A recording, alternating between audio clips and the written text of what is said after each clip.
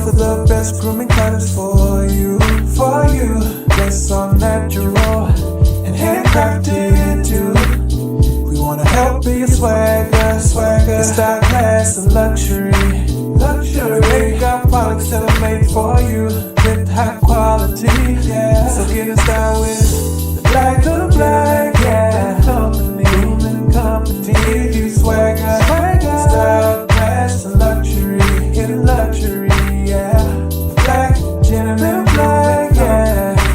Company. Give you swagger. Style, class, and luxury. In luxury, yeah. Located at www.theblackgent.com.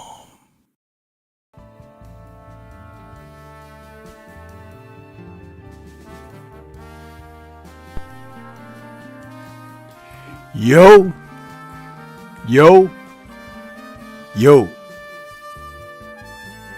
What's good? It's Stormybman, and I am back. Welcoming you to the Friday Night Chop Session with Stormybman for this Friday, December 27th, 2024. This is number 168 in our series of Chop Sessions, and we are hosting this evening our Year's End Awards show for 2024. Yeah!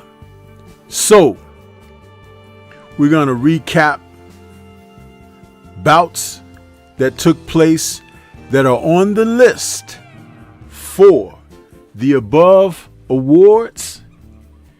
We're going to talk about my picks, selections for Fighter of the Year, Trainer of the Year, KO of the Year, Round of the Year, Event of the Year, Comeback of the Year, Fight of the Year, and Upset of the Year.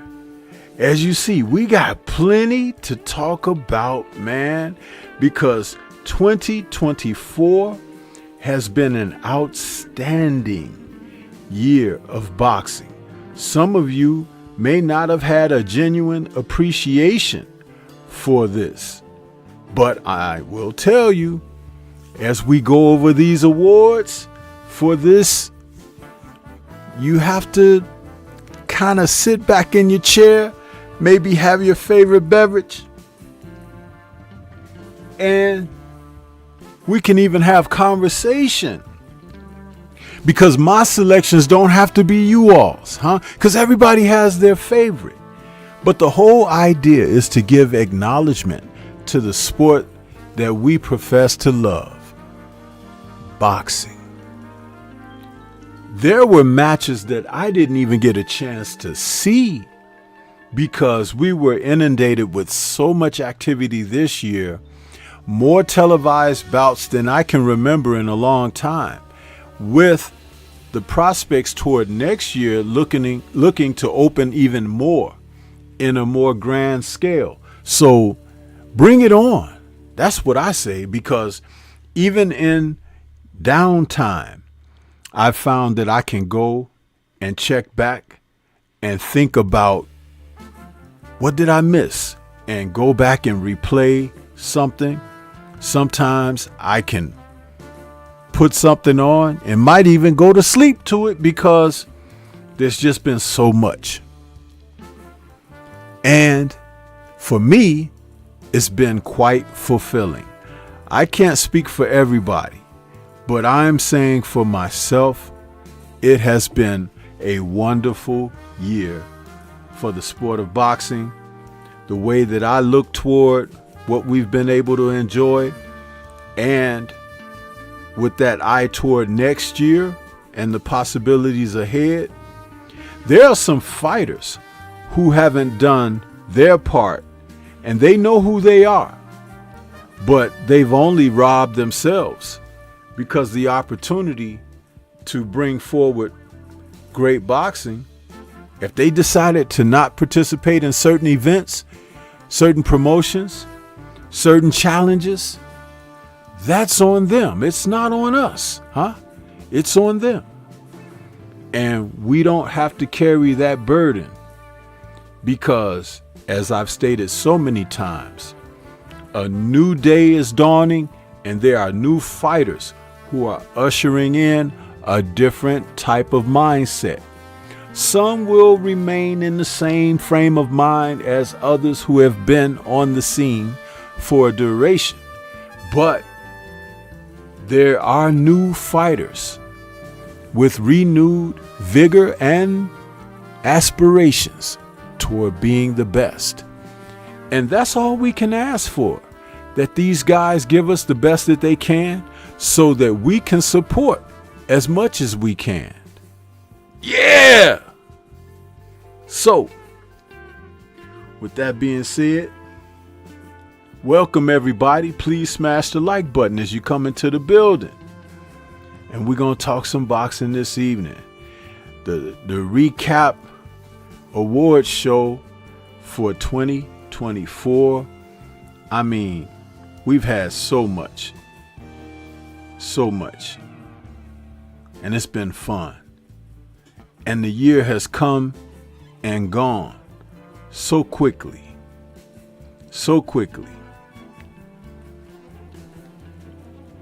Let me see here. I'm going to put something out here for you guys.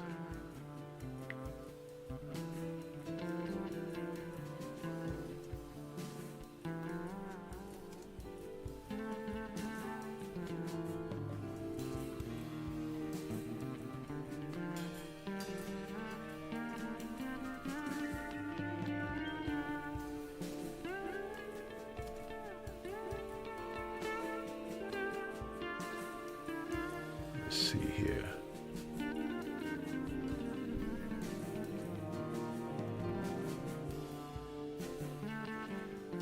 I'm typing up something for you guys.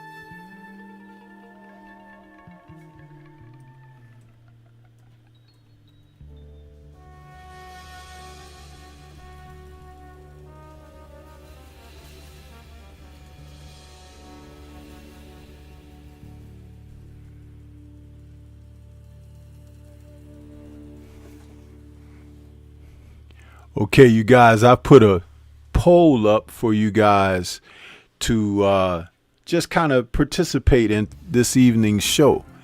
And the poll is basically asking, what has been your enjoyment in boxing for 2024? Has it been the matchups in totality? Has it been the rematches? Because we've seen a few of those.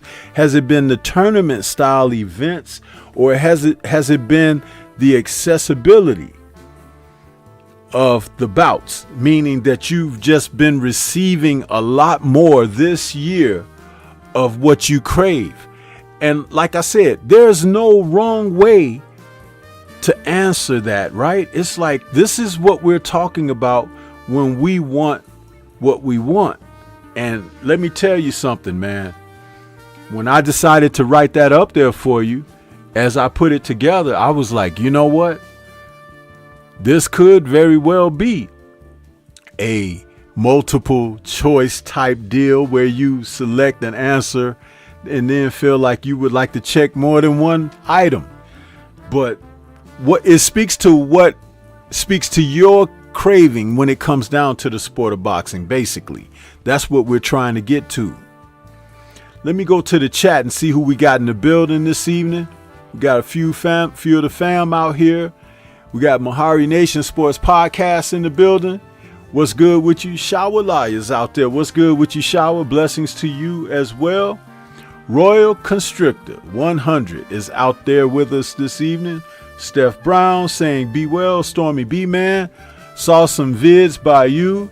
I like the Boachuk determination of Usyk and finishing up the Fury vid. Great stuff as usual. I'll comment soon. Merry Christmas to you and yours. God be with you. Thank you so much for that, Steph Brown, and God be with you as well. Appreciate that support, man. He says, salute to our chat family here this evening.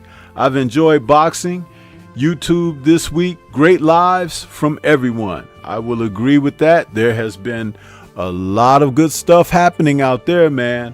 And Steph Brown, if you didn't get a chance to check me out last night, go and check that live out too, because it's a look ahead to 2025, man, and what we can expect in the first couple of months, January and February, kicking the year off righteous. Yeah! Julian Rombley is out there saying, good night, gentlemen. Much respect to the host. Much respect to the chat. Hope everybody is doing good today. Manners. Appreciate that. Thank you very much. Ravens Nation is back with us saying salute. What's good with you, Ravens? Appreciate you coming in this evening. Derek Gaines is back in the building saying salute, Stormy. Hen Dog, the fearless one, is out there as well saying salute. Mind of Mansa Musa is back with us this evening saying salute to the wise one, the sensei, with the fist bump. And yeah, yes sir, J-Man is back with us saying salute. Appreciate that, man. And Trick Nolte is out there. What's happening with you, Trick? Good to see you. He says salute this evening, Stormy B-Man and the chat. Adrian Viet is back with us saying salute. And DLP is back saying salute, Stormy and the chat. Yes sir, yes sir.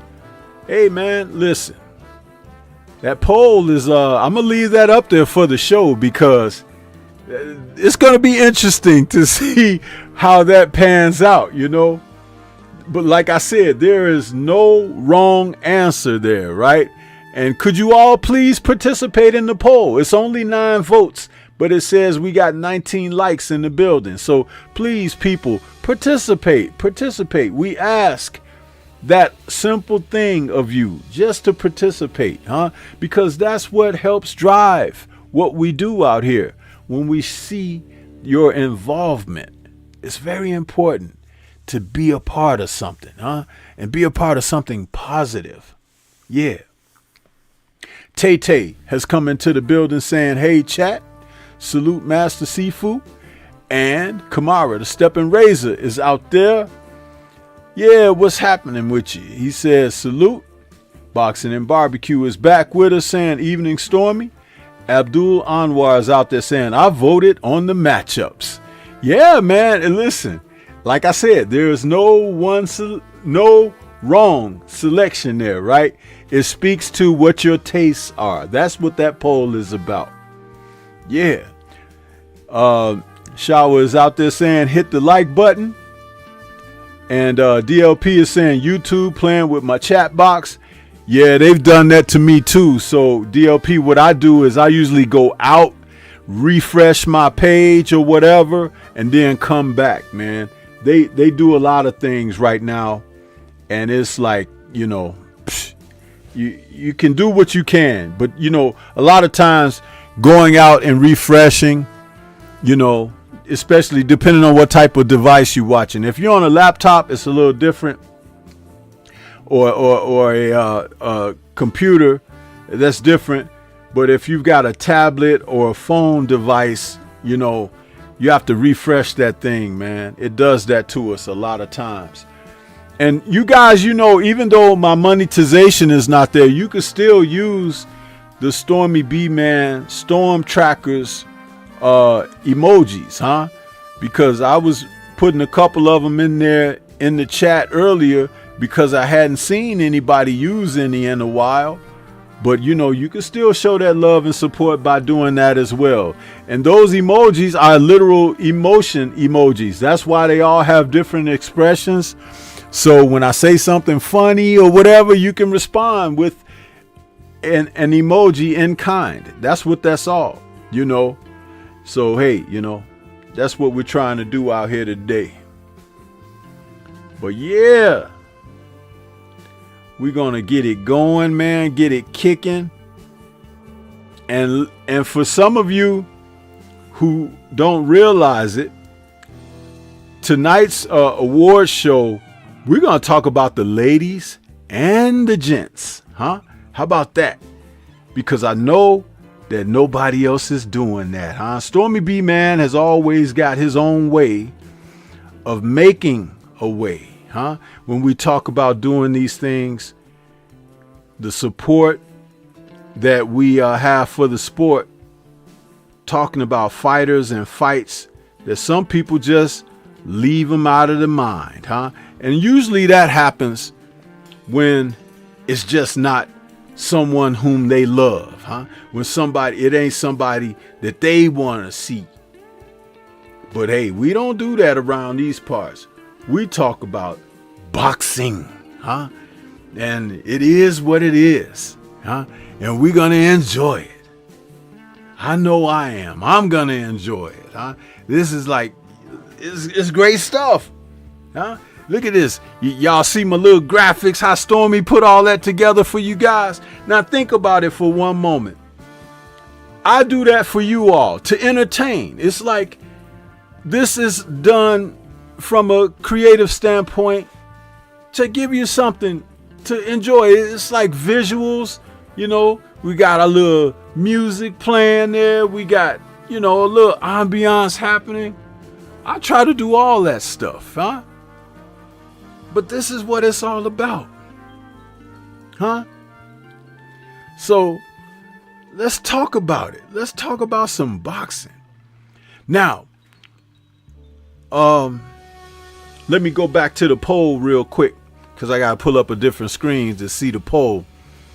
Right now, matchups is far ahead with 54% that been the majority of yous who's voted. Your enjoyment for boxing in 2024 has been the matchups. That's 13 votes in with 54% saying matchups. Accessibility of bouts is in second at 23%. Very interesting there, you guys, because when we talk about accessibility of bouts, that means when you can put on your television, your device, or whatever, and there's boxing available to you. With ProBox TV being available on YouTube, and then we now have things opened up where Peacock Television is showing a lot of the Sky sports fights along with boxer promoted fights.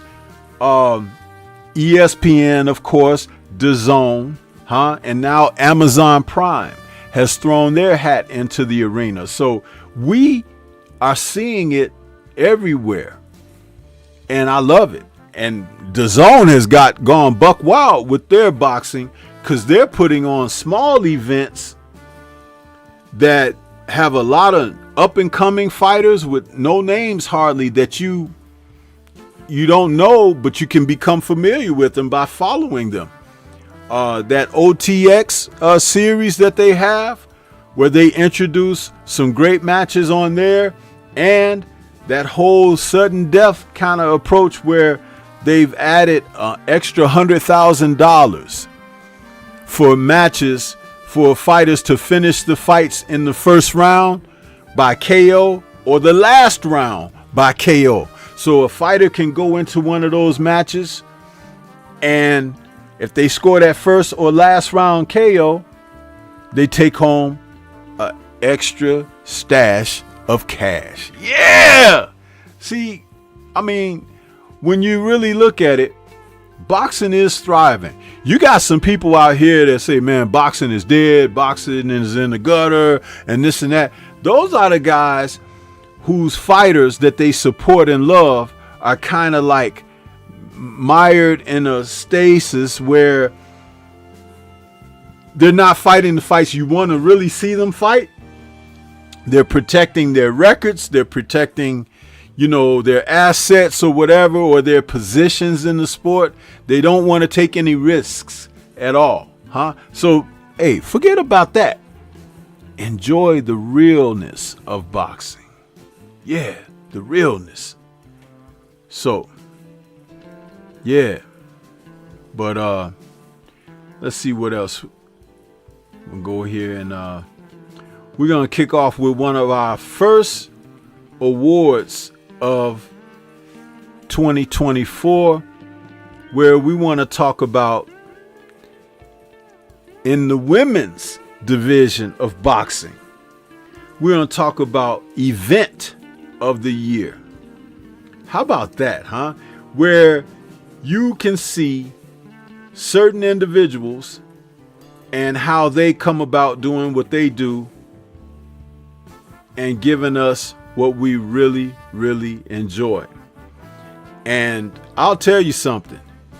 There was an event this year, and it took place Friday, November 24th. And that was that event where Mike Tyson and Jake Paul took place. But on the undercard on that, as the co-main, we got a chance to see the two champions come together again for a rematch, Katie Taylor and Amanda Serrano. This was a fight that a couple of years ago, when these two ladies faced off, it was definitely women's fight of the year at that time. And that took place in April of 2022. And Katie ended up with a split decision victory over Amanda. And a fight that many people in the Madison Square Garden thought that she pulled that fight out. But it was such a competitive match. Serrano had moved up to face Katie in that fight. And it was a great match between two women who had really shown themselves to be all of the champion that they could represent in the sport. The fight took place for the IBF, WBC, WBO lightweight title at the time. That split decision, it was scheduled for 10 rounds, and people wanted to see an immediate rematch, but it was not to be. I think Serrano incurred she had some kind of an injury or something that took her off the table for an immediate rematch. And so Katie went on and fought some other fights. And then when Amanda healed up, she went on and fought some other fights as well. So here we are 2 years removed from their first classic, and the ladies came together for a rematch that seemed to pick up right where they left off. In the first round of this fight, when the bell rang, you could hear,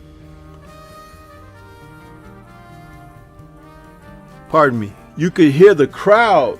There was a roar and a hush over the crowd, for these two women coming together. And it was your traditional orthodox against southpaw, with Serrano being the southpaw. The 2 years separate them in age, where Katie is older at 38.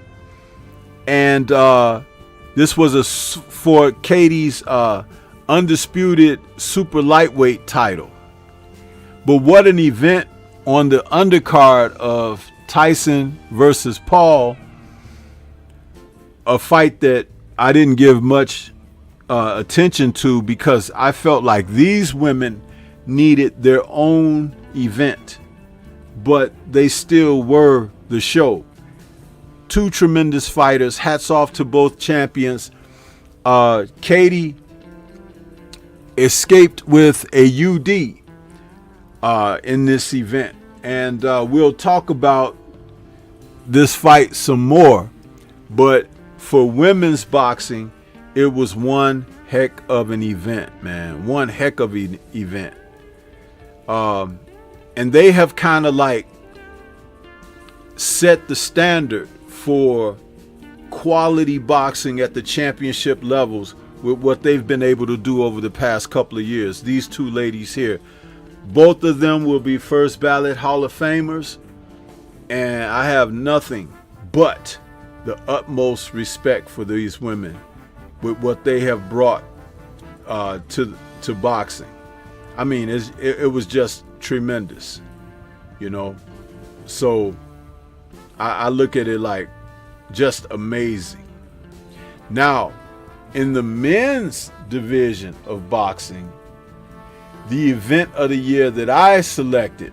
Now, like I said, these are my selections, right? That doesn't make me right and you guys wrong. It doesn't make you wrong and me right. But it's how you took to what was, you know, presented to us. What I felt was a tremendous promotion, and I hope that we will see more of these as the sport continues forward. Hold on a second. I gotta type something else in here. Gotta take some, because I want to get this right as I go over this information for you guys. 1 second here.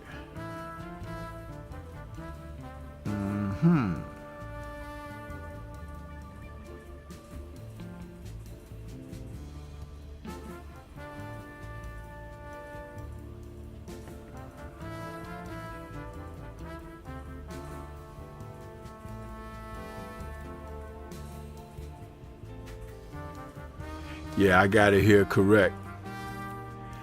My selection for men's event of the year, Saturday, June 1st, was Matchroom versus Queensberry, 5 versus 5. Yeah! Now, this event was an outstanding card, you guys. No one knew how this would turn out, right? But it was the first of its kind. And because it was produced in Saudi, Riyadh season, Turkey Al-Sheikh, once again, he started out working his magic with an outstanding promo for this fight. If you guys have ever enjoyed films like Ocean's 11, or Snatch or something like that, listen, they had these guys, you know, they were like in a card game, you know, whatever, and then the guys fighting in the alleys and stuff. This was the promotion for this event was outstanding, and the card itself was quite entertaining. I mean, this was so good. And we had 3 promoters as a part of this event. Of course, you had Ed Hearn's Matchroom against Frank Warren's Queensberry. But Bob Arum and Top Rank participated in this as well. But it was originally called the 5 versus 5, Matchroom versus Queensberry. Outstanding promotion, man. Loved the trailer and commercial for this. It was outstanding. The card was headlined. We saw heavyweights in Daniel Dubois taking on Philippe Hergovic. We also saw Deontay Wilder back in the ring against Zili Zhang. And we saw Raymond Ford against Nick Ball. Just an outstanding card here, you know. It was pretty darn good, people. A pretty darn good promotion here. I enjoyed it. I enjoyed it a lot. What can you say? You know, what can you say? It was an opportunity for these guys to come together. It was outstanding. It was outstanding. So That I considered that, to be the men's division of boxing event of the year. That fight with Raymond Ford and Nick Ball, turns out that Nick Ball took Raymond Ford's title away from him. He lost a split decision. Hamza Shiraz bounded on the scene with a TKO 11th round stoppage over Austin Ammo Williams. That was a great fight on there.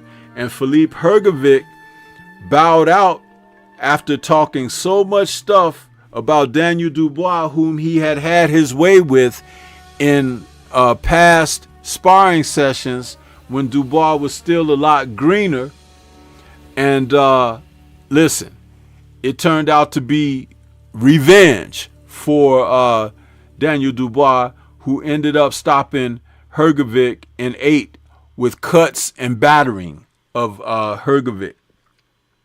Willie Hutchison had a great win over Craig Richards, where he bounded on the scene and won a unanimous decision over Craig Richards. Nobody had seen that coming, neither did I. I thought that Richards would handle Hutchison, who fought very spirited in this fight against him, and it was an outstanding performance by Hutchison that led him into a match against Joshua Buatsi. Dimitri Bivol fought a gentleman by the name of Malik Zinad, whom he stopped in 6 rounds. And of course, we all remember that Deontay Wilder succumbed to Zhilei Zhang in 5 rounds. He was down from a big right hand in the 5th round by Zhilei Zhang, who began to press forward as Deontay was moving around, and he got twisted around, and Zhang caught him with a good shot that Deontay couldn't recover from. So we saw a lot that night in the sport of boxing, and it was one of the best promotions that you could ask for. One of the best. And you have to just give credit to where credit is due. But that's what boxing is all about, man. That's what boxing is all about. So, I am not complaining by any means. Not complaining.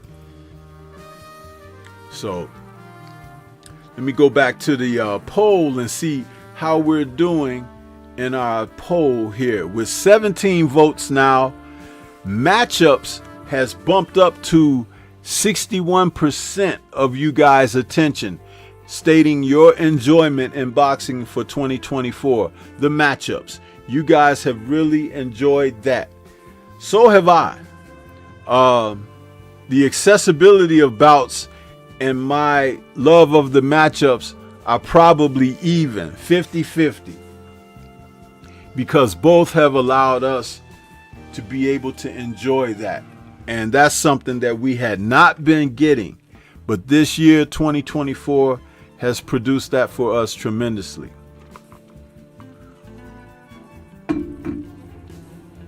Excuse me.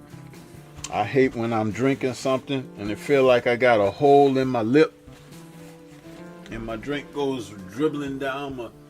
I'm like worse than a little baby. I need a bib up here, man. What's really going on? Doggone it. Forgive me, guys.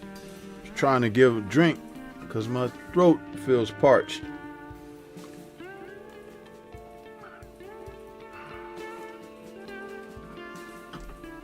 Yeah.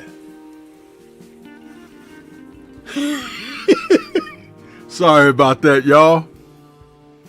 See here. Who else we got in the building? I think we had a couple more people come in. Let's see, we got, okay, I got Trick Noti out there. DLP. DLP says, I'm stuck between matchups and accessibility, right? J-Man says OTX was lit. Yep. Shower says on target.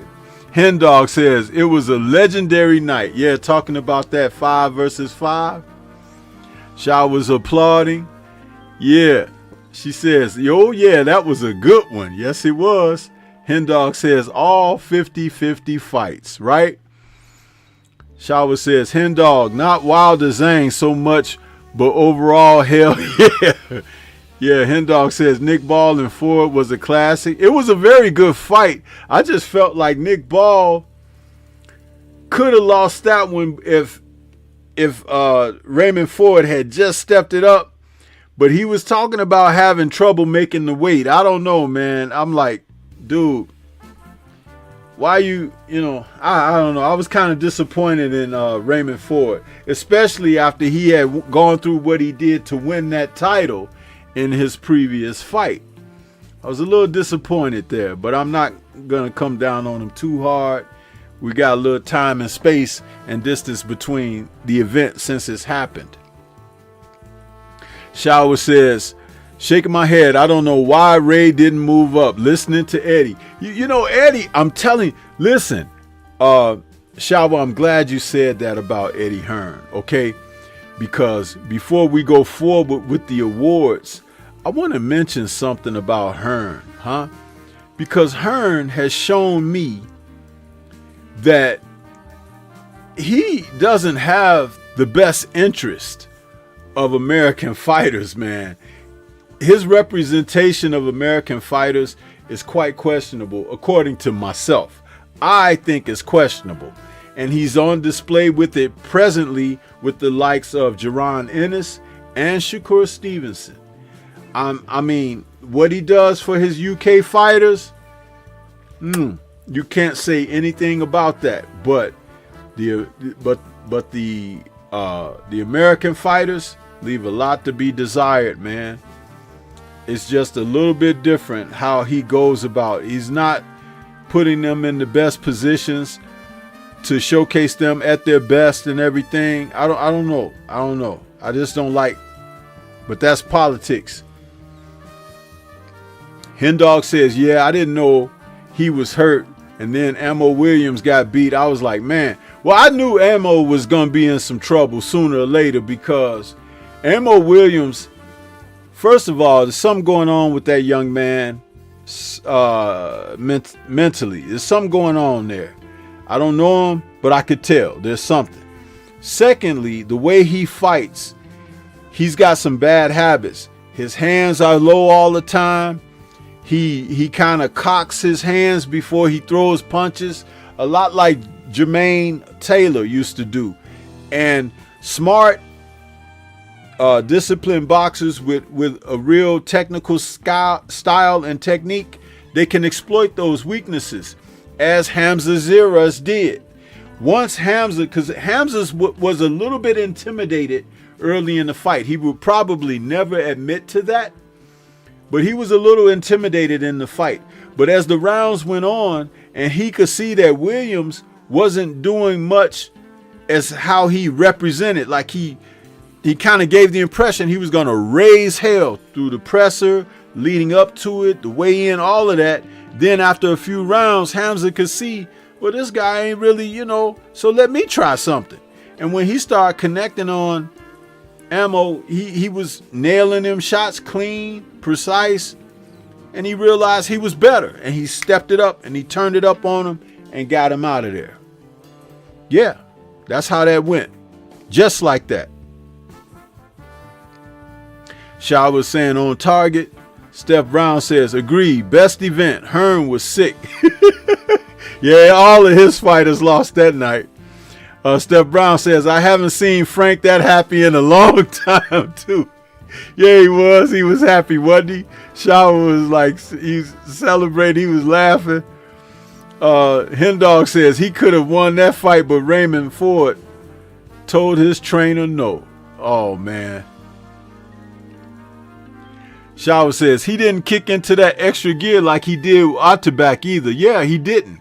He wasn't trying to do that. He wasn't trying to. My brother, Scrapbook Boxing, is in the building. What's happening with you, Scrapbook? Hope you're doing well. He says, my brother, can't wait to see the results. Yeah, man, we only got into the events so far, Scrap. Women's event of the year being Taylor versus Serrano 2. And this is currently speaking of men's event of the year, Matchroom versus Queensberry 5 versus 5. Yeah. So what else? Let's see who we got. J-Man says, I thought Ray won that fight. Ball was moving like a ping pong ball. Shower says, I've been saying that. He's clearly a nationalist recruiting. Okay. Yeah, Shower. Steph Brown says, he says, Scrapbook, be well, elder. Always pleasure to see you in the chats. Merry Christmas to you and your family. God be with you, sir. J-Man says 100. Abdul Anwar says extremely questionable. Look at what he did to Boo Boo Andre. Yeah, you see, this is what I'm talking about. I'm glad you noticed that, Abdul. I'm glad. Steph Brown says Ammo isn't good to me. Can work with him, but he has a long way to go. Would you train Ammo, Stormy? Absolutely not, brother. Absolutely not. Trick Nolte says, when Elmo started dating that girl he with now, that's where it all started. No, Trick, it started before that, bro. I saw it when he, first couple times when he was on television. I noticed some issues with that kid, man. But hey, you know what? It is what it is. I'm not trying to down him or nothing like that. But, it is what it is. With 20 votes, we are now up to 60% with matchups leading the way on our poll. So keep the votes coming, you guys. Keep the votes coming. Good stuff there. Yeah, so I said what I said about Hearn, and I stand by that brand. Yeah. He, questionable stuff there with Hearn, man. Questionable stuff. So I got a different one for comeback of the year. Now, this you guys may find interesting or maybe not. But for comeback of the year, let me type this in here.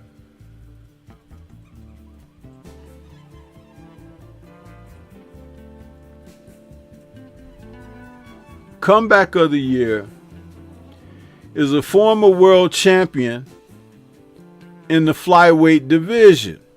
Now, though she hadn't gone away, but she has suffered a loss earlier this year in April. My comeback fighter of the year is Marlon Esparza. Now, why would I select Marlon as this? Because Marlon has shown herself to be a resilient fighter, a former Olympian, and she never got that chance to have that rematch with Sinisa Estrada, where she suffered a tremendous cut on her head from a head clash of heads, and she lost to Estrada, and she always wanted to get that get back. But that was in 2019 when she lost that fight. But ever since then, she had been on a winning streak until April of this year when she ran across Gabriela Celeste Alanis. Alanis is a fighter who we recently saw take on Gabriela Fundora as a champion going into that fight against Fundora. But Marlene lost her titles to Alanis by a split decision, and she missed weight for that fight back in April. So she came back this month against Aureli Mushino, and she defeated Mushino in a 12-round decision, and she fought hard in this fight. It was not an easy fight for her, And Marlene fought very hard. I call it a comeback for her because she's starting to, age. And at those lower weights, it's tough. She's trying to make weight. She's having trouble. She might have to move up. But she believes that eventually, if she gets the opportunity to face off against Gabriela Fundora, that she got something for Fundora. I love her competitive nature. Being out of Houston, Texas, she's ready to roll. But at 5'3" and only a 64-inch reach, I'm not so certain if she's got something for Fundora, who happens to be a much taller fighter, with a much longer reach. Now, her reach is, about 70 inches, at least, or close to, and she's 5'9" and a southpaw. So Marlene, she thinks that she can handle Sweet Poison. Maybe she can, maybe she can't. Who knows? But I'll watch it if they come back. But yeah, Marlene is the fighter that I've decided that I wanted to say, comeback of the year, because she was just that fighter. You know what I'm saying? She was that fighter. So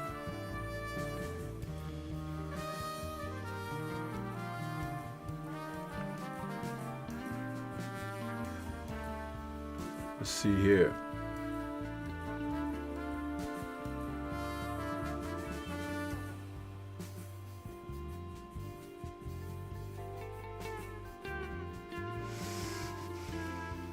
Now, when it comes down to the men's division of boxing, my selection for comeback of the year is a little bit different.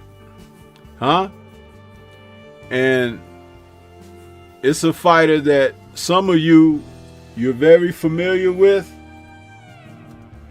and some of you may not have watched enough of him. But this fighter here, pretty damn good standout fighter, and pretty damn good amateur career background. But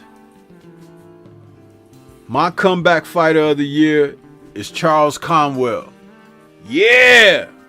He signed with Golden Boy, and they kept him busy this year with 3 fights. And he looks like he's ready to take the next step, man. At 154 pounds, this young man being in that division, hey, he is showing some good stuff, man. He's showing some great stuff, actually. And his most recent bout against Geraldo Vergara, listen, he had Vergara out on his feet basically in the 7th round. He fought him, put them combinations on him. He was showing great defense. The main event for that card saw that was Rocha versus Curiel. And let me tell you something. It was a good card. And this was the card that also Marlene was on. But Charles Conwell showed me some stuff that looked very much like old school boxers, like James Toney and those kind of guys. Bernard Hopkins. He was very good defensively. He kept his chin tucked. He was able to hit his opponent with short, clean, crisp shots. He seemed to be able to turn it up, and go to another gear. And Vergara wasn't up for it. And Vergara was no chump. That guy was from Argentina. And a lot of the fighters from Argentina are not chumps, man. They are good fighters. But Vergara, he came into that fight with a record of 20-0 with 13 KOs. And he was trying, he was trying his best But what the interesting thing about it was that Conwell never let him get going, never let him get into any rhythm. He took the play away from him immediately, and he started putting Vergara on the back foot. And Vergara, you could tell that he wasn't accustomed to that at all. He was uncomfortable. At one point, he even tried to do some stuff, and that Conwell shut that down and kept doing what he was doing. It was very interesting to see Conwell go to work on that guy. And I really liked his performance. It was a very good performance. And, you know, being 27 years of age, Conwell is at a great age to challenge for a world title very soon. It's just going to be interesting whether De La Hoya and Golden Boy decides that he's going to be an opponent of Ortiz Jr., or if Ortiz loses to Madrimov, will they try to put Conwell in against him? So, but I believe if Ortiz is victorious against Madrimov, they're going to find a way to not make that fight, but make a different fight. So that's going to be very interesting how they play that out. Very interesting. Shawa says, with the Flames, let's go. Yeah, she says, I saw something just last night that made me think of Conwell. You'll see it soon. Yeah. Hendal, the fearless one, says, I have to watch him more. Yeah, man. Make sure you keep your eyes peeled for this brother here. DLP says, yeah. Kamaran Fields is out there saying, salute Stormy and salute Chet. Yeah. Yeah.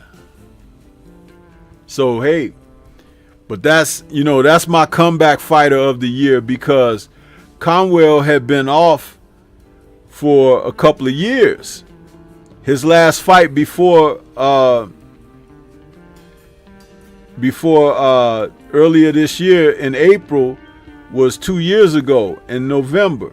So he fought Nathaniel Gallimore in April of this year, and then he fought in August he fought Kieri Gray, and then in December he fought Vergara. So Golden Boy, after signing him, put him right to work 3 times this year, and he answered each challenge with either a TKO or a KO. So he's getting that work done. He's getting that work done. But yeah, that's why he's my comeback fighter of the year, because he, yeah. So, yeah.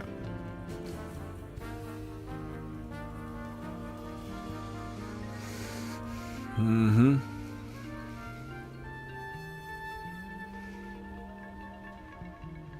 And there were some good fights on that December card too for Golden Boy. That was the 14th. Good fights on there.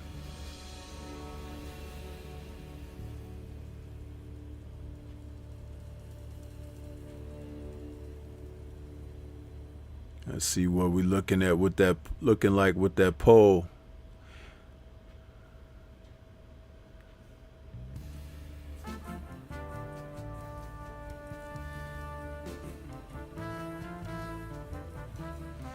Hendog says, I missed Keith Cologne's debut. I interviewed him twice on my channel. Keith's gonna be all right, man. He likes to get in there and mix it up.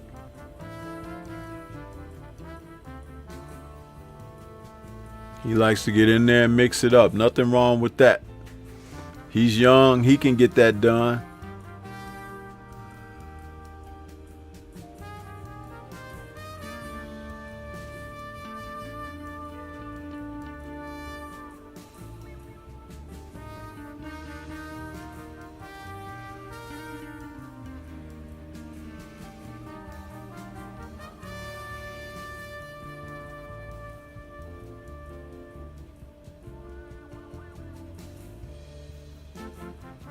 See what else we got here.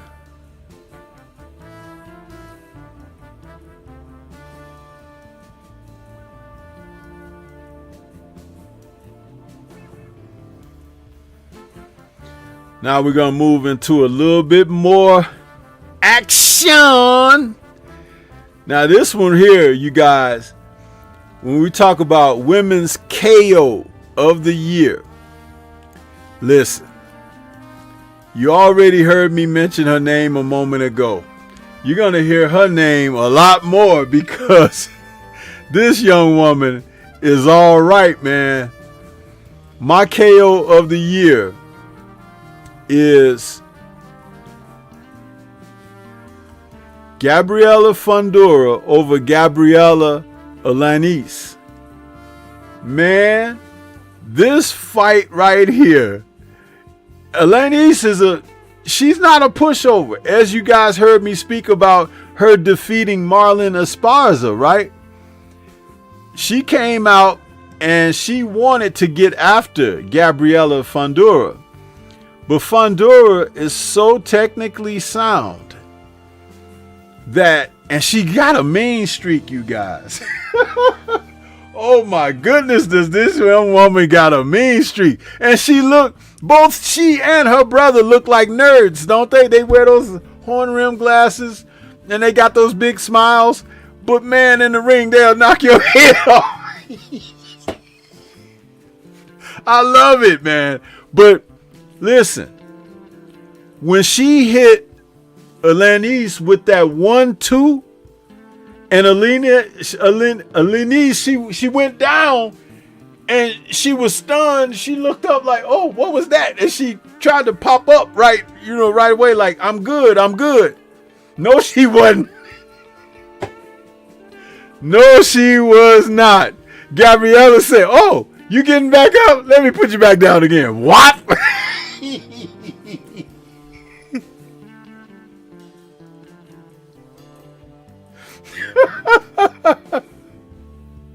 Listen, man.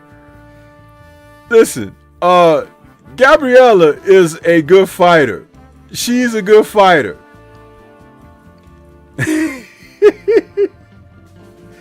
And she was on the undercard of, that was Schofield versus Get On. Huh? That was another Golden Boy promotion there. And listen, that was a good matchup. But Alanis just didn't have it, man. She didn't have it. And that made Gabriella, I think she's undisputed now, or she's unified. She got one belt to go. But that was a 7th round stoppage. And they're flyweights.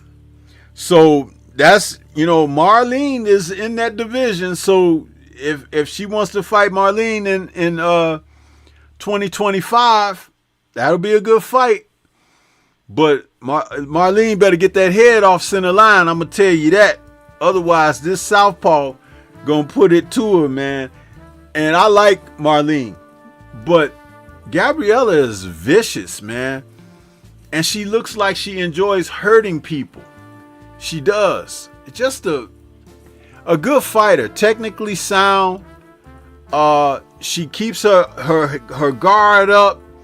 And she could throw short shots. She could get the power on the extension of her shots. Well schooled. And exciting. She's exciting in there. So I was very impressed with her performance. And that's why I decided to give her the KO of the year for women's boxing. Yeah. And she beat a woman that is not an easy out in Alanis, because Alanis, she's lost twice now, but only stopped that one time by Gabriella Fundora. Yeah. So, hey, man, you got to give credit to where credit is due. When you knock people out, you take the decision out of the judge's hands. You can't be cheated. You can't be, ridiculed or anything. When you stop the other person, that's what it's all about. That's what you need to do. Get out there and turn their lights out. That's what she did too.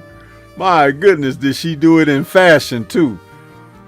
that girl was like, and Elenise, her corner was like, even though she wasn't in no shape to continue, they was like, they threw a towel in there anyway, just to make sure the ref don't try to put her out there to get damaged some more. Man. Trick Nolte says, Golden Boy will do Charles Conwell like they did Jamal Charlo. They're going to keep Conwell away from Ortiz like they kept Canelo away from Mel at 154. That's why Mel left Golden Boy. Oscar lied to him. Well, you have to, you know, give him a chance to see if he's going to do something, you know. Shower says, "Oh, Trick, I already fear that. I saw the look on their face when he called out Virgil."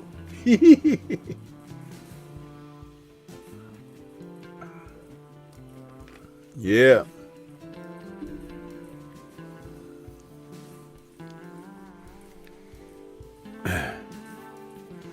Trick says, Gabriella is a tall version of Lucia Riker. Mean, good punch placement, and like to cripple her opponents.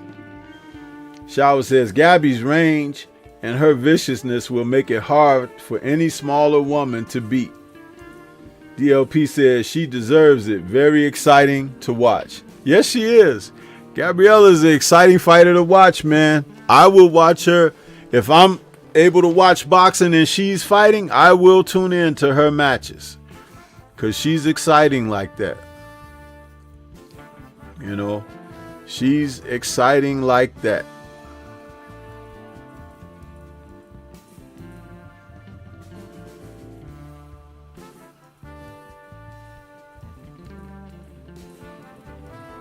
Let's see where I gotta find my bearings here.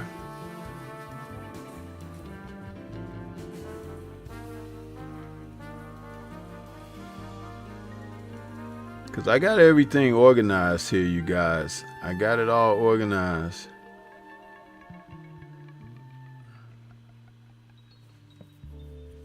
Okay. Now, we move on to the men's division of boxing, where oh boy, hold on, let me see.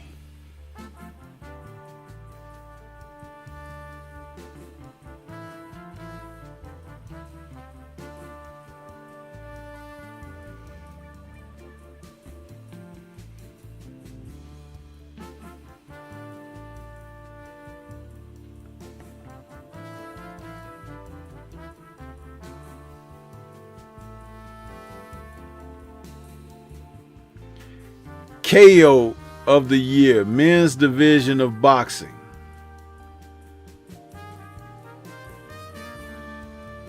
Now this one, it could have played a different way.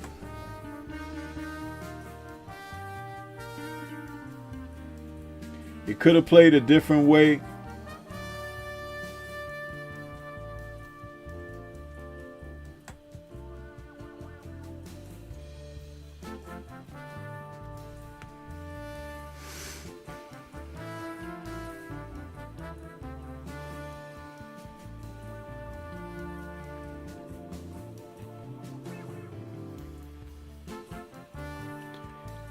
And this fight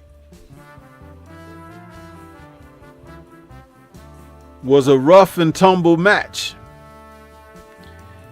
It was really a rough fight. And interestingly, the winner only fought once this year after fighting 3 times last year. And I can understand why he fought once, because there's some people that don't necessarily want to see this man. And we're talking about in the welterweight division. We're talking about Brian Norman Jr. versus Giovanni Santillan. Now this fight right here was a rough house fight. There was some dirty tactics going on back and forth between both men. However, Brian Norman Jr. showed that he was no chump in this fight, no matter how hard Santillan was trying to press him. He was trying to press him and show him he's the boss. And Brian Norman was like, okay, I'm your Huckleberry, Yeah! Man, listen. This fight right here, I believe, made everybody in the welterweight division go, uh-oh. Because Brian Norman is a young guy. He's only 23. Listen, man, the way he fought that fight, he fought like an aged KG veteran. And he beat the crap out of Giovanni Santillan, who has stopped Alexis Rocha in his previous fight back in October of 2023. So he had taken Rocha off of the table as a contender who was on his way trekking toward a title shot or consideration for a title shot. Giovanni said, hold my Tecate, But then he runs across Brian Norman Jr.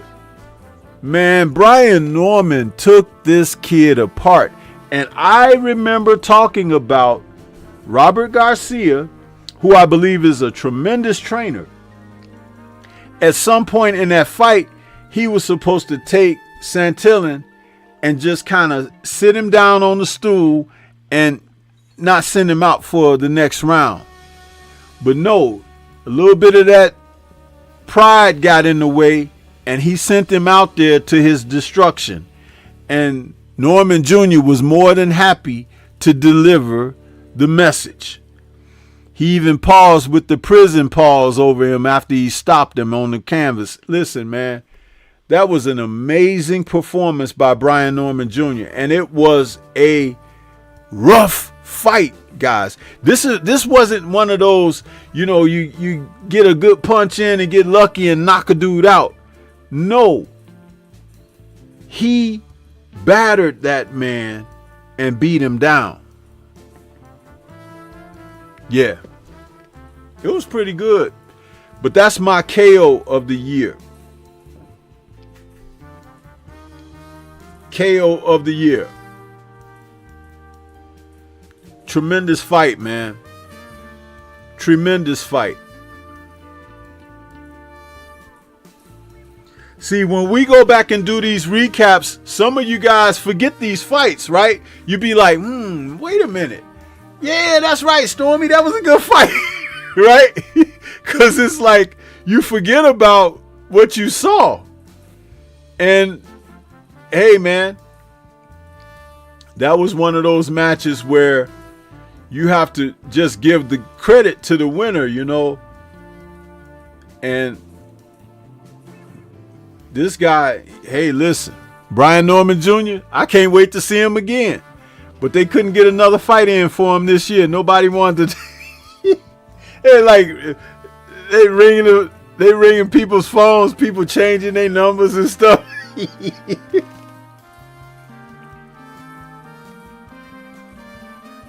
Boots think he the man at 147? Fight this guy. We'll find out if that's true or not.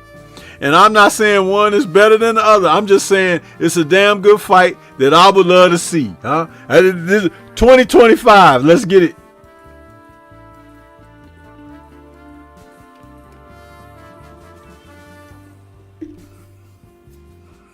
Hey, that's all I'm trying to say right there. That's all I'm trying to say, guys. That's all I'm trying to say. Now, we can get to this next. Hold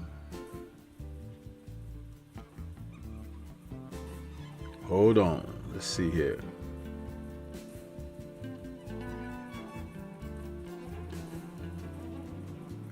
Now, we're going to do round of the year for women's boxing. The round of the year. Now, this was kind of hard because there's been some great stuff. Even Gabriella beating up Alenice, that was something to consider. Or Amanda Serrano when she fought some other fights. But her fight with Katie Taylor, round of the year, round 7 of this fight.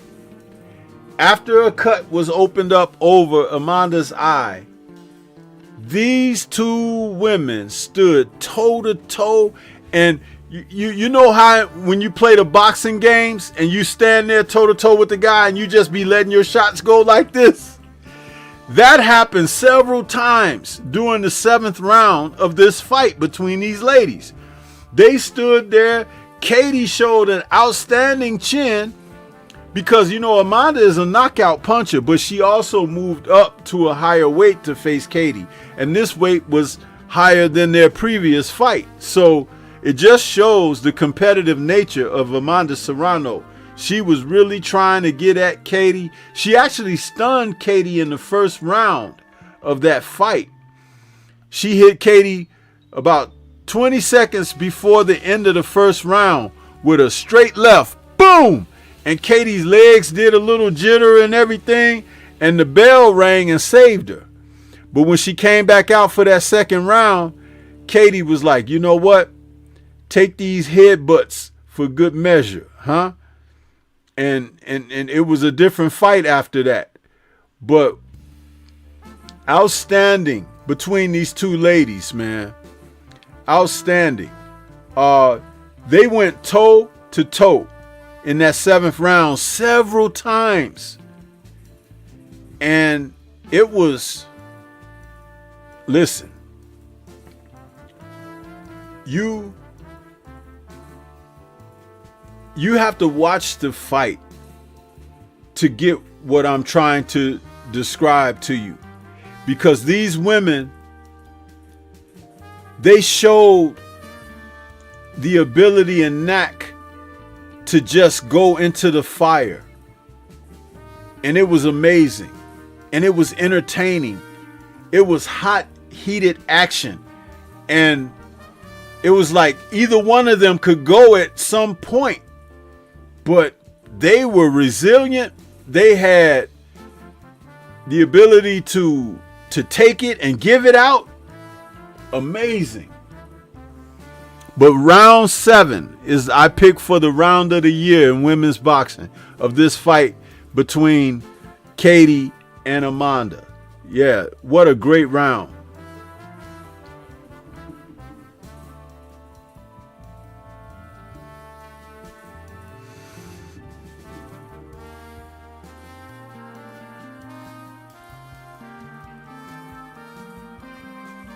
Shawa says, Abdul Anwar, you won the 50-50 if you're still here in the chat.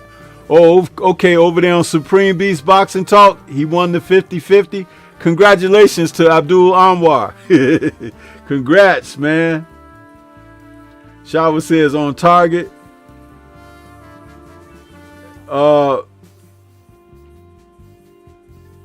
Hendog is laughing.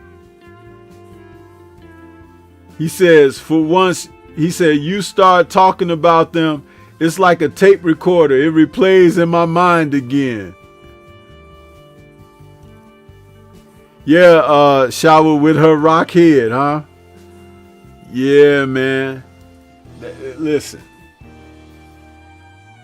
But these two women, I would love to see a third fight between them. They fight just that well. These two, that's Ali Frazier for women's boxing right there. Now see, what's her name? Alicia Baumgardner. She could have had that type of rivalry with Michaela Mayer because both of them had charisma. Their banter back and forth between one another. It was perfect. But Baumgardner didn't want to take the challenge. Mayer was down for it. But Baumgardner, which leads me even more to believe that she felt she got that gift decision over Michaela and decided not to face her no more. Why? You blew your opportunity for more money. That's where it would have been for you. But you blew it. You blew it. And see, I'm sorry. You know, all that posing and the photos and stuff, go do that if you want to do that. But there are fighters out here in the sport of boxing who really want to get that work in. Huh? So, you know, I feel a certain kind of way about that, because the opportunity was there for you guys to have a gold mine, and you refused to allow it to happen. Alicia Baumgardner refused to allow it to happen. Now,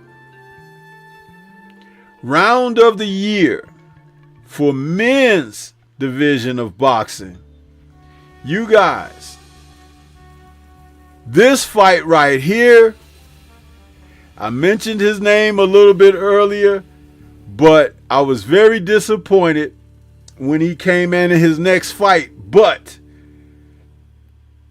listen, we got Raymond Ford versus Otabak Kolmatov. These two guys, listen guys, round of the year.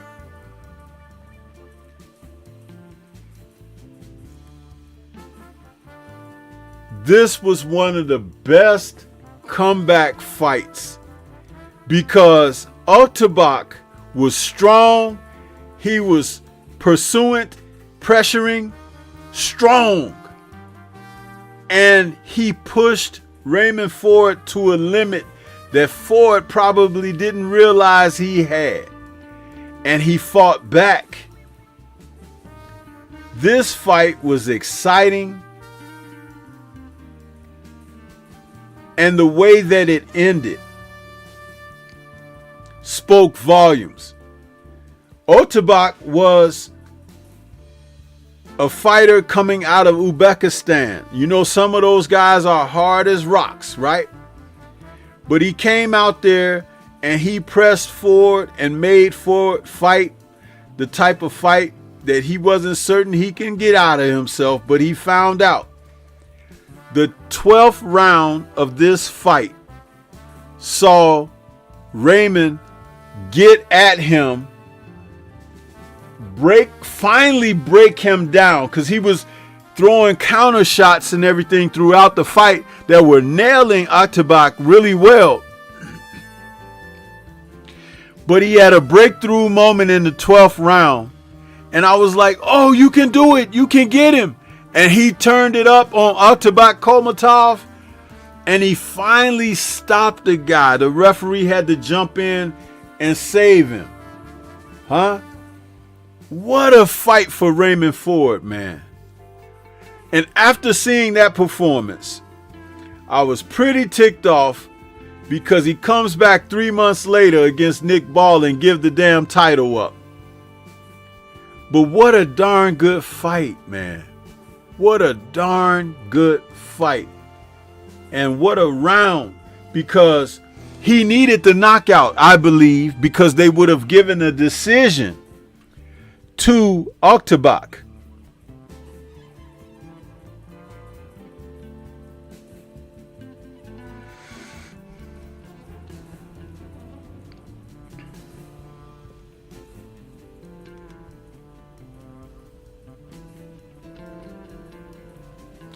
Two judges had it for Otabak at the time of the stoppage, 106 to 103. One judge had it 105 to 104 for Raymond Ford. So if he didn't get that knockout in the 12th round, that TKO stoppage, he would have lost that decision. He would have lost it. But he served himself correct with that stoppage, and it was quite entertaining. I enjoyed the hell out of it. It was man, what can you say? That's the kind of boxing that I really enjoy when I'm sitting up watching fights like that. It was like Taylor and Chavez all over again. He stopped him in the last round, man, and got his victory. What a great fight that was. See, you guys, if you haven't been watching this boxing, man, I'm telling you, it is what it is. But that's some great stuff there. Great stuff.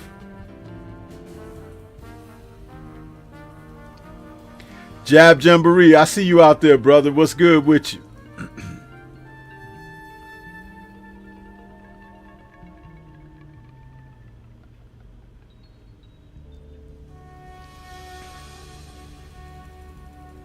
Now, moving on to women's boxing again, where we talk about the fight of the year for women's boxing.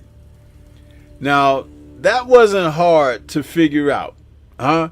Because we just talked about these two women having the round of the year. And that's once again Amanda Serrano and Katie Taylor, fight of the year. We're talking about these two women delivered everything. Blood and guts, nerves of steel. The type of cut that Amanda Serrano had on her eyelid, where her eyelid was like totally open and the blood was just gushing out. It was the type of stuff that, you know, the doctor wanted to stop it, but she didn't want it to be stopped. She wanted to fight. And she fought on, delivering for the second time in their two meetings, fight of the year. These two women threw down. It was an amazing fight. It was the type of fight that you could go back and watch again and just enjoy it each and every time. Yeah. But listen, I have to give credit to where credit is due. Their styles are complementary of one another in the ring, meaning that it makes for excitement. I don't like how they favor Katie Taylor so much with scoring, because Taylor, oh my goodness, her headbutts were ridiculous in this fight. And it reminded me a lot of the Chantel Cameron fight where she headbutted Chantel Cameron to death. It was ridiculous. And Chantel knocked Katie down in that first round, and they didn't even call it a knockdown.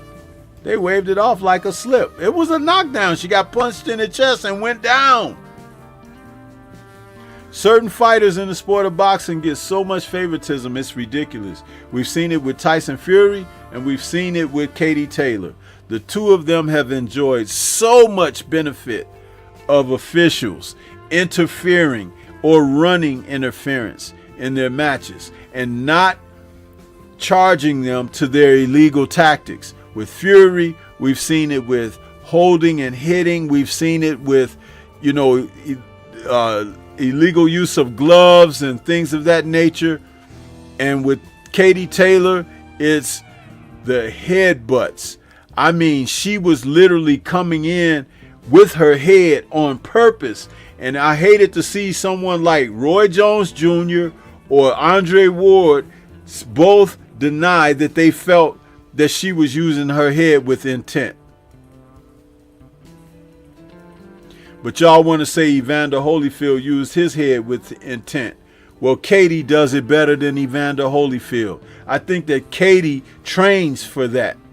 Because when you're initiating the head contact, a lot of times you don't sustain the cuts and damage because you're initiating it.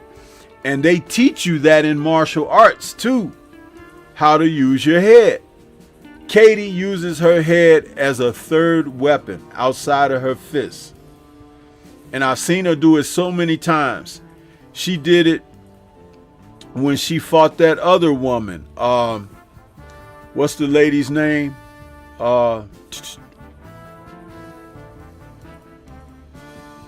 Katie used her head. I'm going to go back in her career, because there was a fight that she fought, and that woman, people thought that that woman had actually decisioned her.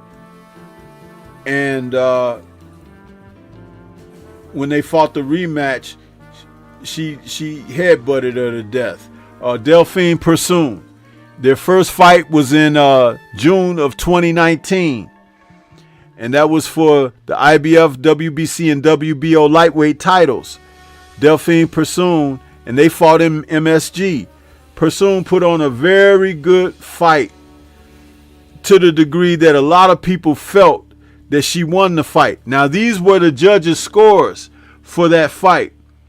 96-94 2 times and 95-95, which they gave a majority decision to Katie. So that means that Delphine won the fight. If it was so damn close that she could only win by 1 point or 2 points on 2 judges' scorecards and the one judge had it even, no, Delphine had that. Now, when they fought again in August of 2020, Katie broke out the headbutts, and Delphine was battered around the face and eyes from the use of her head. Yeah, but I watched that. I remember like it was yesterday.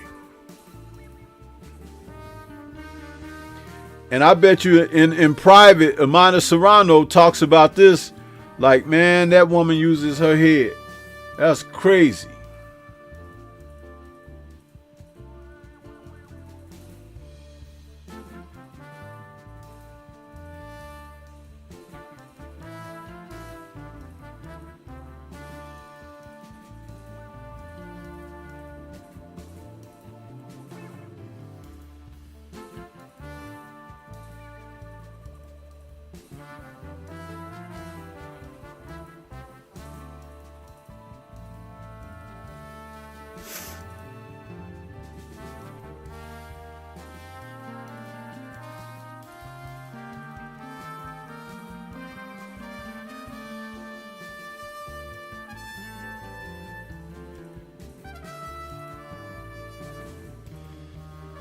Now, we're going to go to the men's division of boxing. This category here, there are so many fights that could hold the title for this.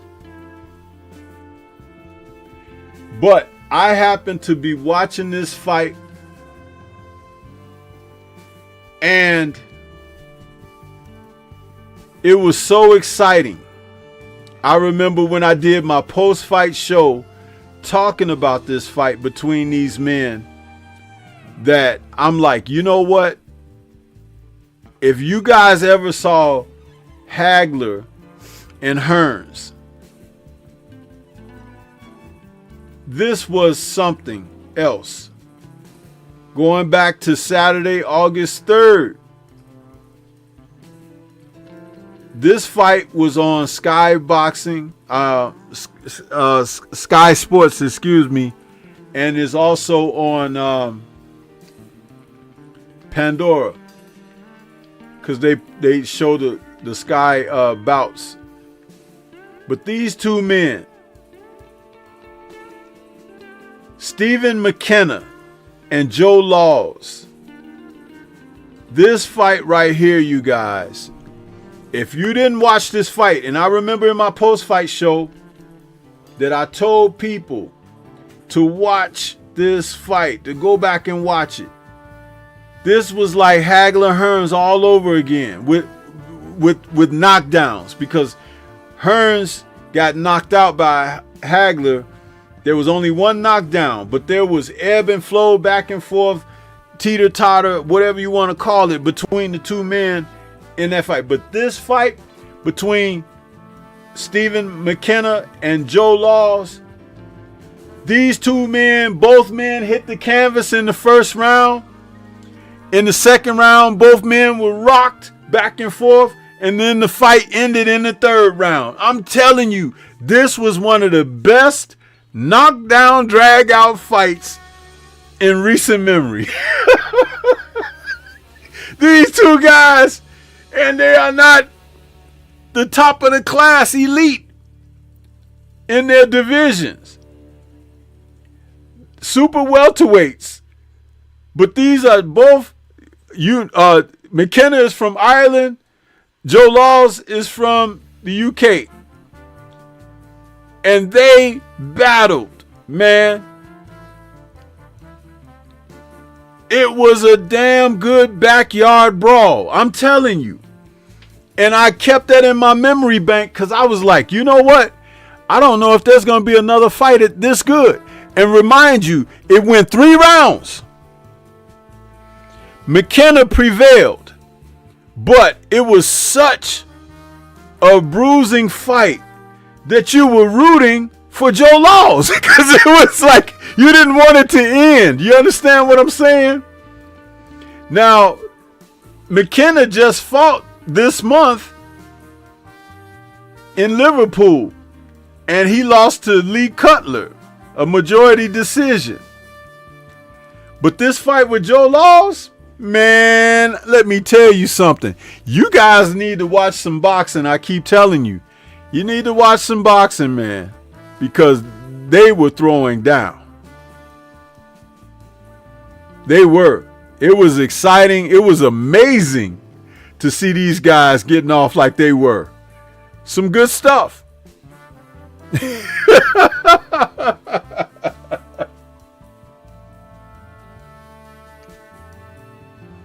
Great stuff, man. Great stuff.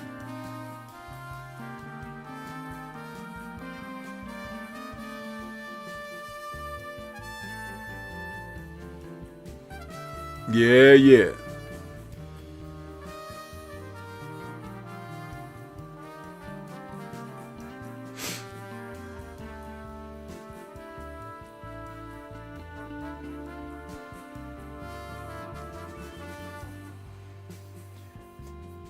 Yeah, Shower, there's always some great fights on undercards, and people who arrive at venues late because they want to see the co-main and main event, sometimes they be doing themselves a disservice. They don't realize that they can really get their money's worth watching those undercards.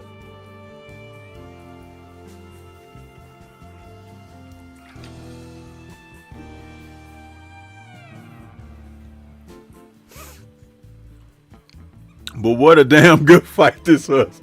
I'll go back and watch this tonight because it's only 3 rounds, but it's 3 exciting rounds. Both guys hitting the canvas in the first round. Then they warring back and forth in the second round. And then the fight ends in the third round. It's like, give me more, give me more.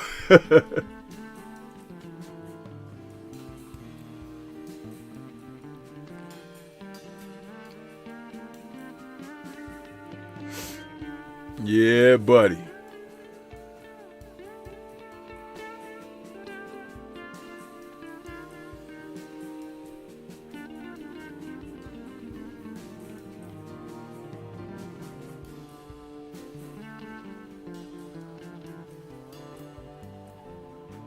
Let me see. Trying to find something here for you guys.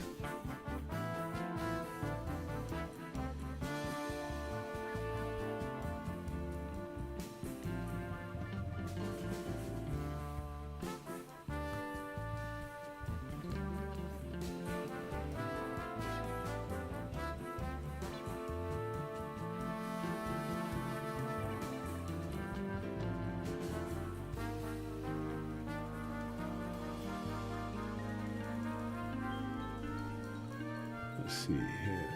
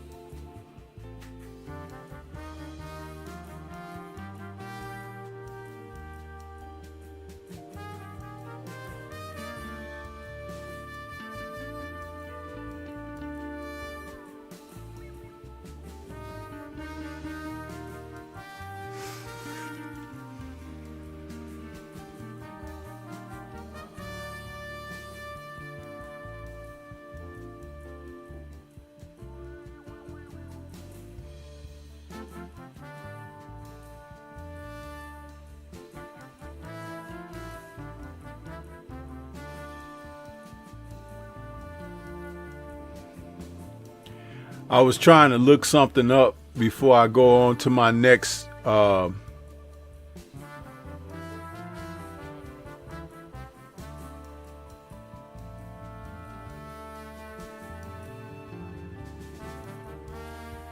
I went on to my next subject.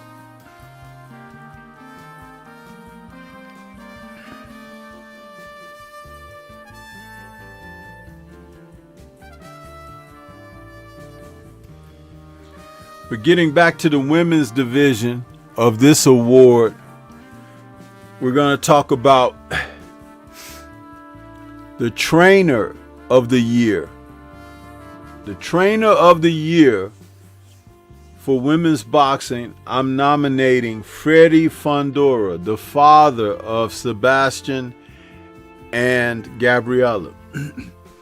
This man, with what he's done with Gabriella, listen, I cannot ignore what he's been able to do with her, teaching her a solid foundation of technique, ability to be able to control distance and punch with accuracy and punch placement. It's like she is textbook, and the result of her training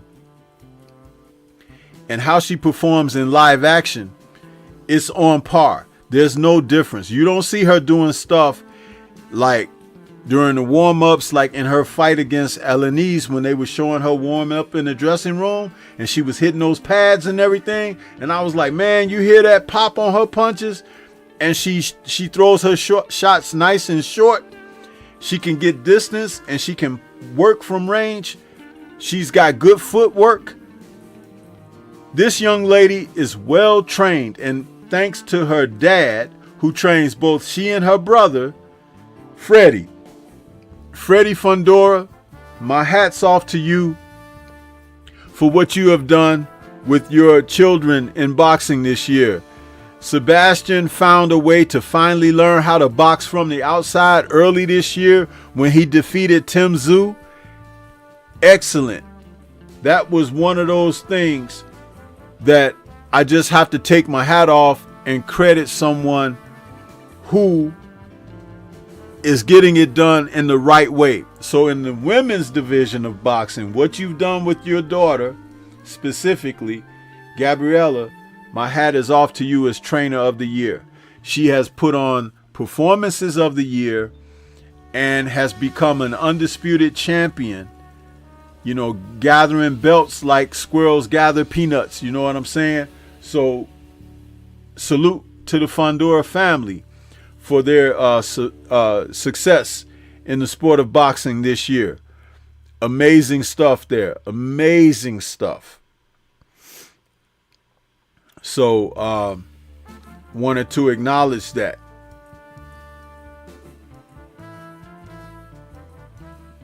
Now, though I didn't have this in the women's category, but I do have it in the men's category, was upset of the year. My upset of the year is no more than what we saw with our boy Jaime Munguia just a few weeks ago. What was really going on out there, huh? When he got stopped by Sirac. What was he thinking? Tijuana, you can't go home again. Bruno Sirac decided to show Jaime Munguia what was up.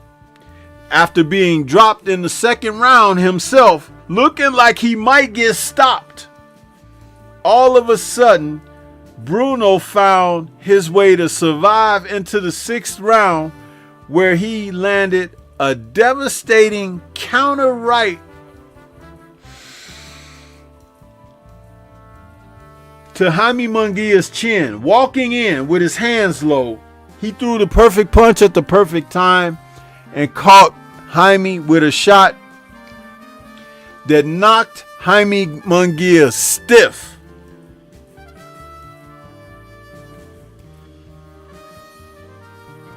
Jaime didn't beat the count, y'all.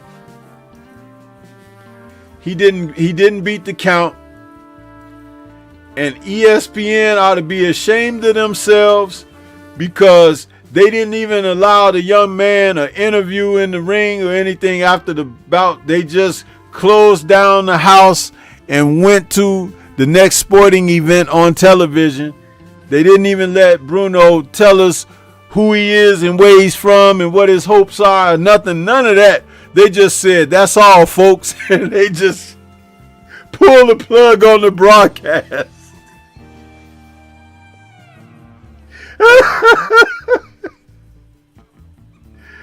Shame on Jaime, man.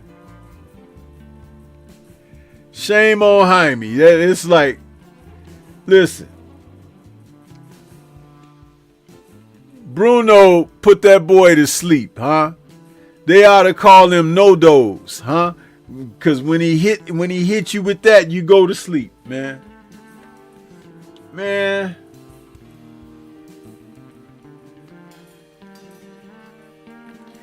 And I ain't even making fun. I'm just telling the truth. It's like he knocked Jaime the hell out. Knocked him out. What else can you say?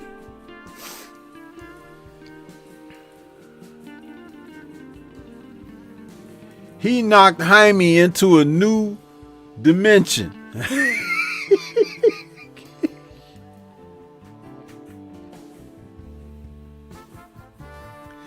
Yeah, buddy. That was amazing, wasn't it? Totally amazing.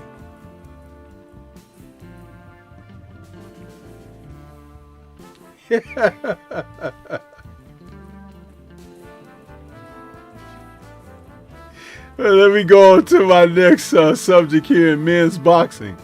My men's boxing's trainer of the year is going to Robert Garcia from the Garcia Boxing Academy. Man, let me tell you what this man is doing in the sport of boxing. Robert Garcia has become a guru in boxing. He is bringing men up from nobody to somebody.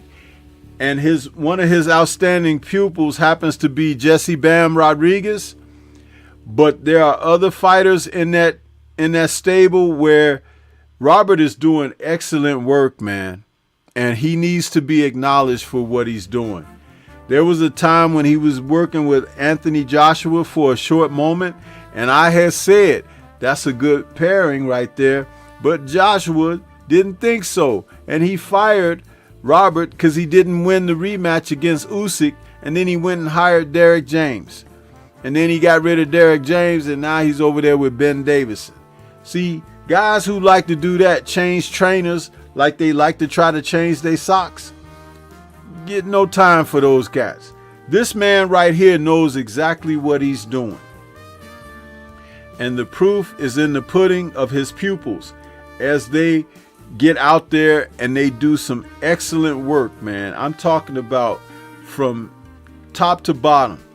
And for the most part, like I said, he's got his guys that he has brought out from the mud. He has developed fighters. And yes, Abdul Anwar, he was in the corner of Rayo when he had his success. And I think, if I'm not mistaken, he's with Muratalla as well. He's doing some great work with some great fighters. And listen, you have to give credit to where credit is due. I'm telling you this. This is not about trying to be funny or make fun of. This man is making solid contributions to boxing. See, a lot of you don't know him from when he was a world champion himself, when he fought at the lightweight division, and his nickname was Grandpa, huh? Yeah, Robert Garcia, Grandpa, was doing it, man. Could have fought Floyd Mayweather, you know what I'm saying? But listen, as a trainer, he's excellent. He's excellent, and I like what he's doing. Salute to Robert Garcia, my trainer of the year for 2025. And I have been saying throughout the year, if you guys have been watching my broadcast and listening to some of the videos, I've been talking about, man, this guy is really coming on with what he's doing. He had one little slip up with the Santillan fight against Norman Jr., but outside of that, his work has been stellar. Very stellar. And my hat is off to him in salute for his accomplishments and how he's guiding the careers of some of these young fighters. Just some amazing stuff, man. Amazing stuff. Yeah. Now,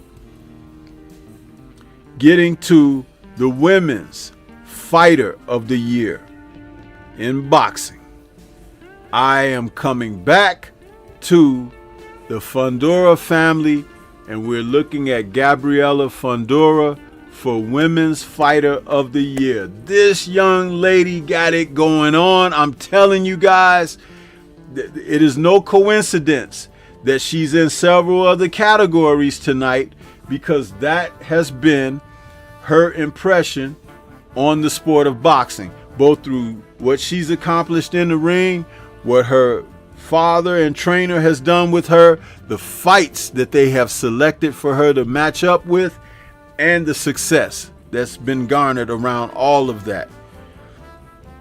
Salute to the Fundoras, because they've been getting the work done over there, man. And you could get mad and all of that if you want to, but listen, this young lady right here, over the next year or two, you can forget about Katie Taylor and them, because this girl right here, she can whoop their butts. She can put on a few extra pounds and go up there and beat them right now. She's good. And she mean too. She mean. But that's how she can challenge herself, by putting on weight and going up. I heard, and I think we had a discussion about that shower recently, that she was talking about even moving down. She doesn't need to do that. Allow herself to mature and go on up there and start challenge herself at some of the heavier weights. And she'll be just fine there and accomplished there. And she'll marvel at her strength and power, because she looks like she could fill out a lot more, just as her brother, you know. So just amazing to see her accomplishments, and salute to her. Just awesome stuff there. Awesome stuff from the Fundora family. Awesome stuff.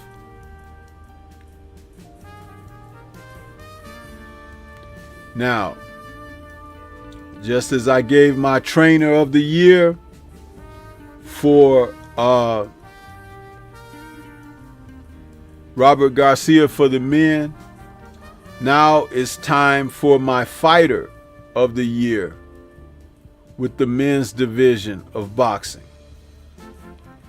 And the fighter of the year for the men's division of boxing happens to be the one and the only, I very feel, Alexander Usyk.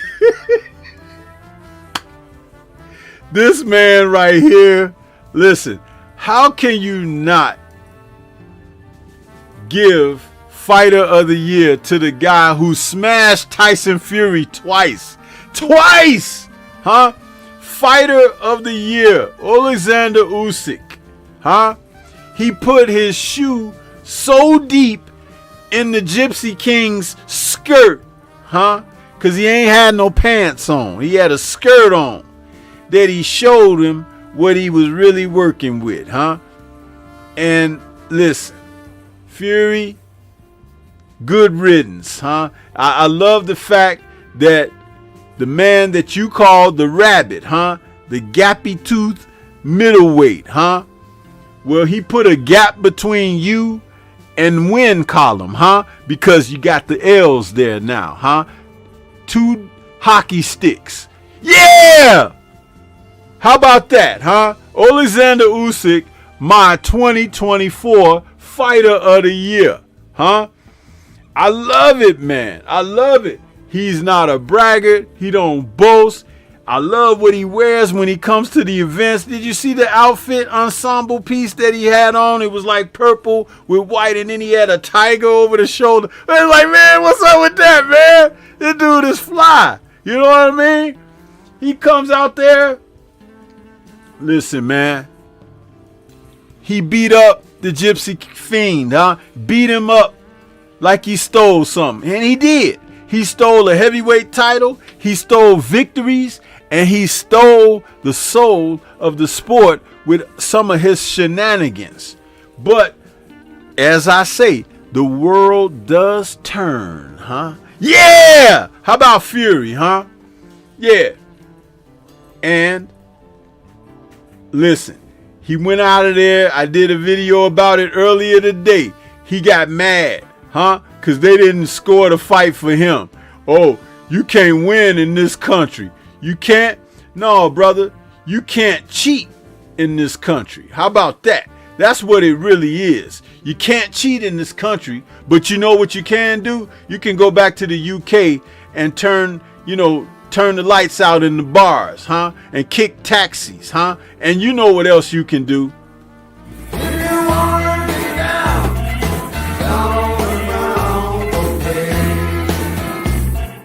Yeah! So that's what it is, huh? The real deal, huh? That's what my man, you see him holding up that undisputed title there? That's what it really is, huh? How about the Gypsy Fiend, huh? Only thing he can hold up is another butt steak, huh? Because that's what it looked like he trained on the entire time. Butt steaks, huh? Yeah. But he lost. He lost. 2 times.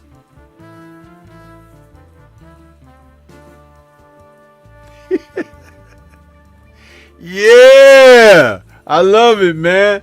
Listen. This is what it is, huh?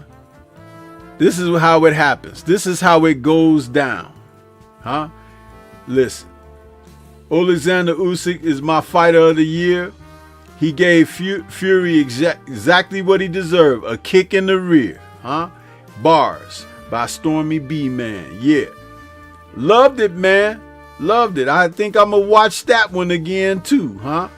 Especially the first one when he had him staggering all over the ring, looking like he came out of that bar over in the UK when he was kicking taxis and stuff. He was like, his back touched every rope, huh? And the ref was supposed to stop that fight, man. But like I said about Katie and them letting her get away with her headbutts and everything, he was supposed to, stop that fight. But it is what it is, huh? But Alexander Usyk, I very feel. Yeah. I feel it too, Usyk. I got to give you your credit.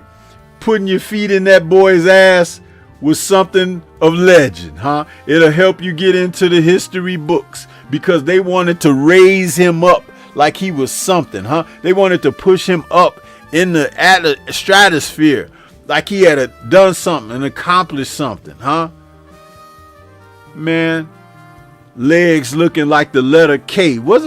Get out of here with that foolishness, man. Huh? You think you did something, Fury? No.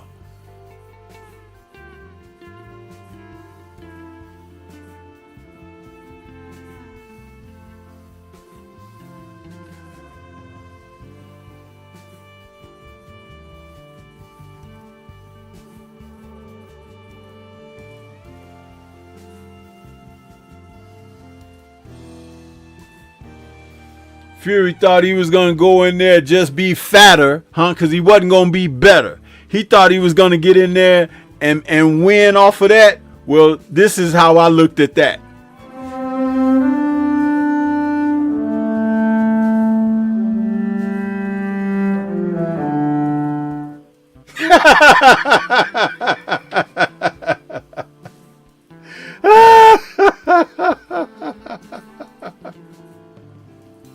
Yeah.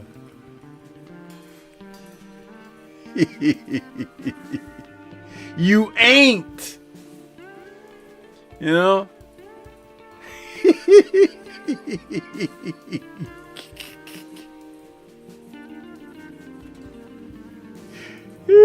Y'all think Fury is high today? I think he is. He high, huh? He gotta get over himself. He high. Yeah.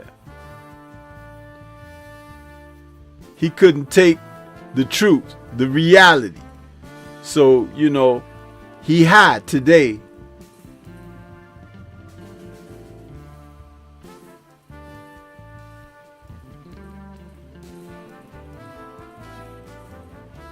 Yeah, coming out there with all that foolishness.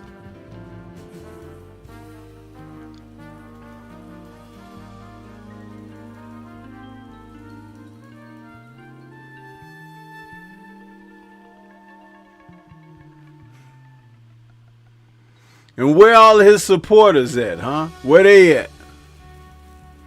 You think they buying him some rounds in the gym, in the bar? Maybe.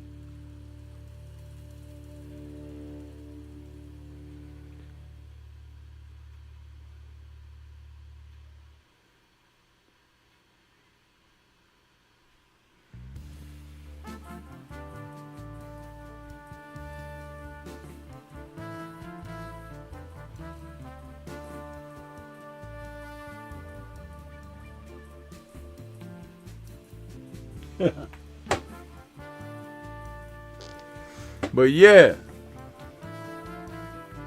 we're at a point in the show now where I'm gonna let us hear from my man, the Focus Ball, huh? Focus Ball, yeah.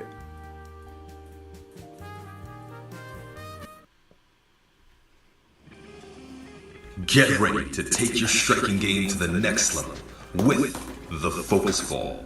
Dramatically improved footwork, timing, head movement, hand-eye coordination, reflex, and overall fight IQ. It's lightweight and extremely portable, so you can train every time, everywhere. When you don't have a coach to do mitt work, get a Focus Ball. When you don't have a heavy bag to hit, get a Focus Ball. When you don't have a sparring partner, get yourself a Focus Ball. And when you just want to have fun punching and kicking, get a Focus Ball. When you train with the Focus Ball, you train your eyes and your brain to read punches so that you can hit and not get hit, making this very simple device a must-have for all combat sports athletes and enthusiasts alike. So if you want to take your striking game to the next level, don't wait. Get the Focus Ball now.